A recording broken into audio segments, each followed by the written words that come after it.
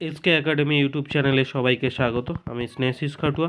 2024-এ যারা এইচএস পরীক্ষা দিচ্ছ এবং সংস্কৃত বিষয় আছে তাদের জন্য আমরা প্রিভিয়াস ইয়ারে কোশ্চেনগুলো সলভ করছি। আগের ক্লাসে 2015-এর কোশ্চেনগুলো আমরা সলভ করেছি। আজ যে 2016-র কোশ্চেনগুলো আমরা সলভ করব এবং আমাদের চ্যানেলে এবিডিএ টেস্ট পেপারের পেজগুলো সলভ আছে এবং সংস্কৃত সাজেশন দেওয়া আছে। তোমরা সবাই আমাদের চ্যানেলের প্লে লিস্টে গিয়ে অবশ্যই ভিডিওগুলো দেখো। চলো আমরা 2016-র যে কোশ্চেনগুলো আছে সেগুলো আমরা দেখি। 1 নম্বর কোশ্চেন, আর্যাবর্ত নামের মূল গ্রন্থটি কী ধরনের কাব্য? এটি হবে চম্পু কাব্য। কোশ্চেন আছে চম্পু কাব্য কাকে বলে? চম্পু কাব্য হলো গদ্য পদ্য মিশ্রিত কাব্যগ্রন্থকে চম্পু কাব্য বলে। যারা আমার ভিডিও দেখছো তারা সবাই অবশ্যই খাতা এবং পেন নিয়ে বসবে। আমি এই কোশ্চেনগুলো সলভ করতে করতে যে কোশ্চেনগুলো ইম্পর্টেন্ট আছে তোমাদের জন্য সেগুলো আমরা আলোচনা করব। 2 নম্বর কোশ্চেন দেখো, অলিপর্বা কেন বনে যেত? অলিপর্বা কাঠ কাটতে বনে যেত। 3 নম্বর কোশ্চেন, চীনাংশু শব্দের অর্থ কী? চীনাংশু শব্দের অর্থ চীন দেশের বস্ত্র। ডি হবে চীন দেশের বস্ত্র। 4 নম্বর কোশ্চেন, আর্যাবর্ত নামে গঙ্গা ছাড়া কোন নদীর নাম পাওয়া যায়? উত্তর কী হবে? চন্দ্রভাগা। তব কৃপায়া, কার কৃপায়ের কথা বলা হচ্ছে এখানে? আচ্ছা, শিব বিষ্ণু ইন্দ্রের। এখানে ডি হবে, এদের কারুর নয়। আচ্ছা, ভগবদ্গীতা কোন গ্রন্থের অংশ? ভগবদ্গীতা মহাভারতের অংশ। মহাভারতের কোন পর্বে বলো তো? মহাভারতের ভীষ্ম পর্বে। গঙ্গা স্তোত্রমের রচয়িতাকে? 7 নম্বর কোশ্চেন, শঙ্করাচার্য। গঙ্গা স্তোত্রমের রচয়িতা শঙ্করাচার্য। ত্রিলোকে কার কোনো কর্তব্য নেই? ত্রিলোকে শ্রীকৃষ্ণের কোনো কর্তব্য নেই। ঠিক আছে। আচ্ছা, 9 নম্বর কোশ্চেন, নাট্যাংশ থেকে স এবং মদ মানসম। মদ মানসম কে? আচ্ছা, মদ মানসম বলতে বসন্তকে বোঝানো হয়েছে। আচ্ছা, মদ মানসম এখানে কথার অর্থ কি? এই শব্দটির অর্থ হচ্ছে আমার মত। ঠিক আছে, আমার মত। এটা কে বলেছিল বলো তো? কৌমুদী বলেছিল। রাজা ইন্দ্রবর্মাকে কৌমুদী বলেছিল। ঠিক আছে, স এবং মদ মানসম। পরের কোশ্চেন, বাসন্তিক রচিত বাসন্তিক স্বপ্নমের মূল গ্রন্থ কোন ভাষায় রচিত? উত্তর হবে ইংরেজি। 11 নম্বর কোশ্চেন, মহা উৎসব প্রমোদ প্রসাধনং পূর্বং ত্যাং পরিণয়স্য। উক্তিটি কার? উক্তি হবে ইন্দ্রবর্মা, রাজা ইন্দ্রবর্মার উক্তি। ইন্দ্রবর্মার প্রেমিকার নাম কি? ইন্দ্রবর্মার প্রেমিকার নাম কনকলেখা।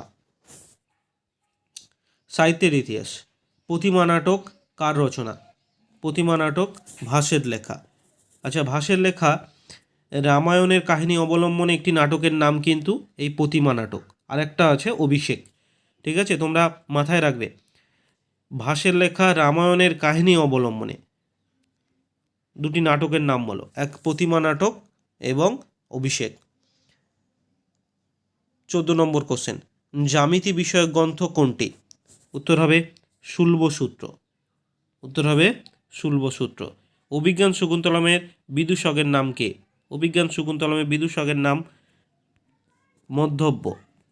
ঠিক আছে, কী হবে? মধ্যব্য।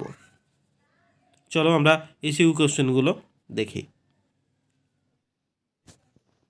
স অশ্বান আরোহে এর অর্থ কী? এর অর্থ হবে নিজের নিজের ঘোড়ায় ওঠে। নিজের নিজের ঘোড়ায় ওঠে। 2 নম্বর কোশ্চেন একবার দেখে নাও। আর্যবর্তের মানুষ কাকে উপহাস করে? আর্যবর্তের মানুষ স্বর্গবাসী দেবতাদের উপহাস করে। স্বর্গবাসী অর্থাৎ দেবতাদের উপহাস করে। 3 নম্বর কোশ্চেন, বিপিন বজ্রতি। বিপিন শব্দের অর্থ কী? বিপিন শব্দের অর্থ বন। বিপিন শব্দের অর্থ বন।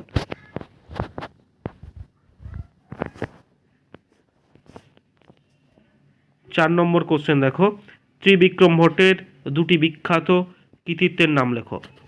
এক হচ্ছে মদালসা চম্পু, 2 নলচম্পু। ক্লিয়ার? এবার